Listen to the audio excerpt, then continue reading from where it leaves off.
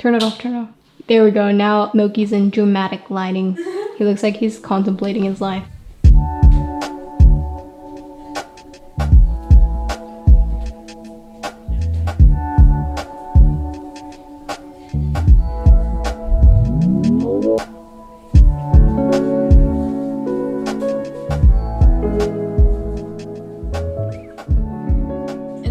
Going to be an easy process for everyone, and it hasn't been for me, and I've never experienced an easy bonding process. So I just wanted to explain to you guys how I go through it and how I've been dealing with it and how I'm still bonding even after it's been months.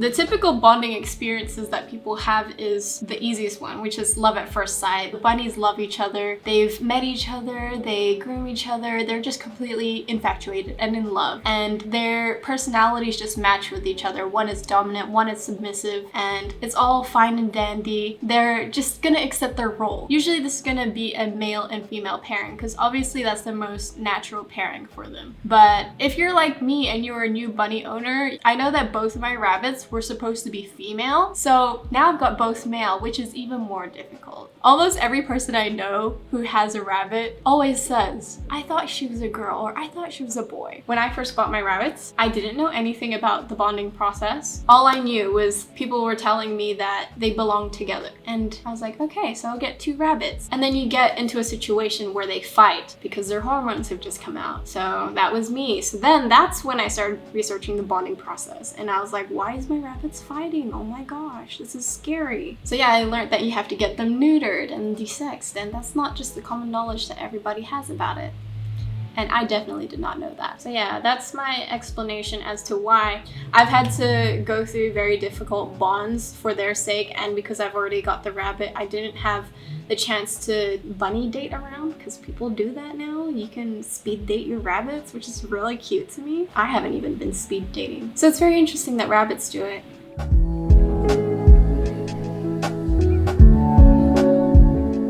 The most popular videos that I've seen out there of how to bond rabbits is the really quick method. So it takes 24 hours or something like that, but you never see an update of how the rabbits are afterwards. Yeah, people use that extreme immersive kind of bonding where they put the rabbits together and then they just don't separate them. They just monitor them and break up any fights. But people haven't explained what happens if you leave them alone, and that might work for some rabbits, but it doesn't work for all of them, and it definitely didn't work for me.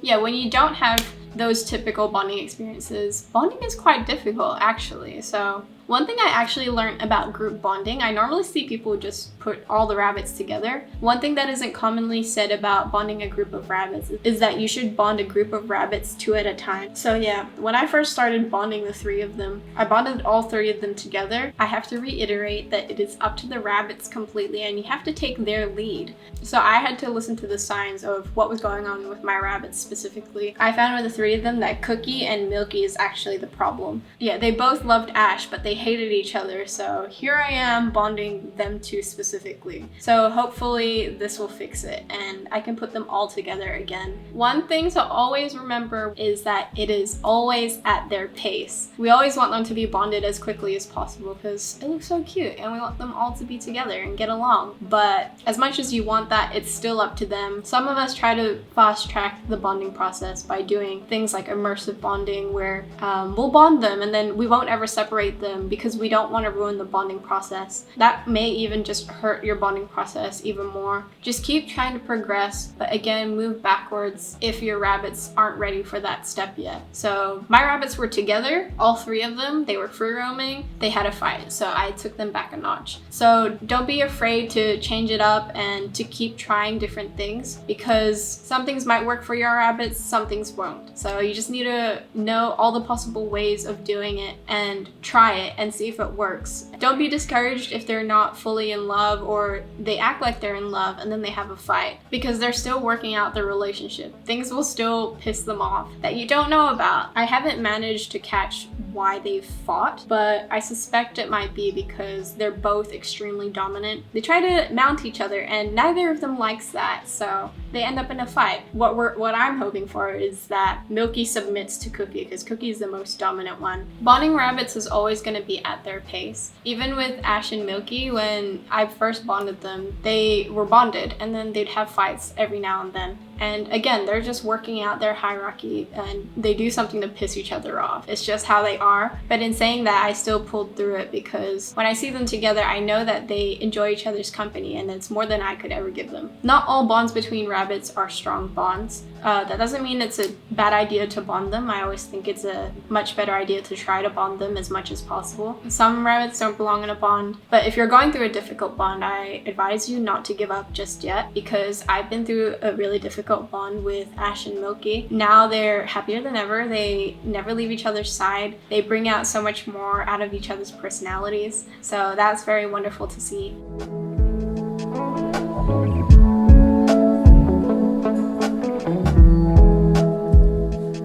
Say hello. So last time I filmed, it was about, I don't know, 2 or 3 weeks ago. So I just wanted to do a quick update and just pop in here and just show you guys what's going on. Oh, goodness me. Feel good?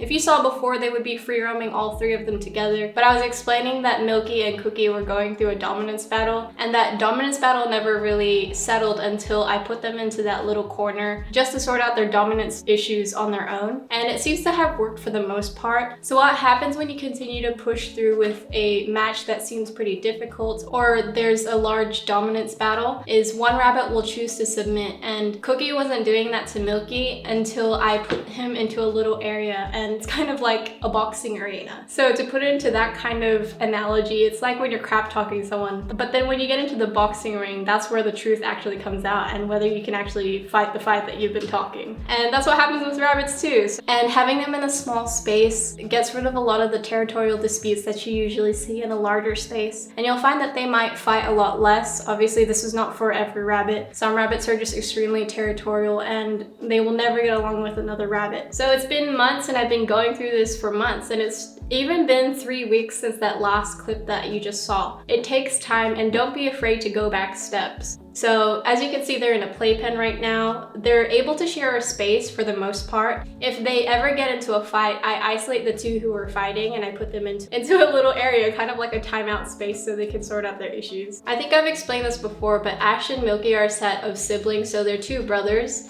I don't recommend bonding a same-sex group, but it doesn't mean you can't try, and I have tried and it has worked for the most part for me. It doesn't work for everybody. It's just a huge disclaimer. I wouldn't encourage it at all if you're not confident in bonding, but I've bonded Ash and Milky before, which is why I feel confident that I can do it, because I understand their personalities. And I can see that Milky is the most aggressive one out of all of them, but Cookie and Ash aren't as aggressive or territorial as Milky is. It was really surprising to me because I thought that because Cookie was the largest rabbit, that everyone was gonna have to submit to him. But instead, Milky is actually the bossiest one, and I explained this in another video, that he is very skittish towards humans, but he's extremely bossy towards other rabbits. I'm not surprised that he is the dominant one of the trio, and that's how I expected it to be, but then I was seeing Cookie, who is a larger rabbit, and he couldn't fight him back. So I thought Cookie might be the alpha rabbit, but it seems to me that putting them in a little space has actually made Cookie very afraid of Milky, so he's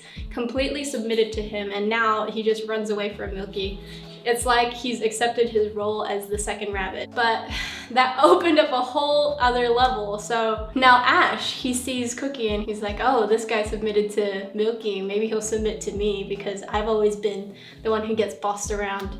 And so now they're having territory disputes and they're figuring out who's gonna be the second rabbit because they already know who's the alpha rabbit, and that's Milky. So yeah, that's where I'm up to in the bonding process right now. I've caught Cookie and Ash scuffling quite a bit, so I've been sleeping in the lounge to break up any fights. It takes a long time for them to establish their hierarchy, and even then they still need to establish it throughout the whole time that they're bonded. So you will see that sometimes bonded pairs do fight, even though they're already bonded. That's why some people are very discouraged to have a bonded pair, because they're scared that they're gonna fight and not be able to break up that fight, and it might ruin the bonded pair's relationship forever. It's up to you. I personally go through a round of them fighting, and it doesn't mean that they're unbonded. It may be stressful to rebond them. My point is, even if the bond is difficult, which it is for me, as you can see, I am still bonding them. It is months after. I advise you not to give up.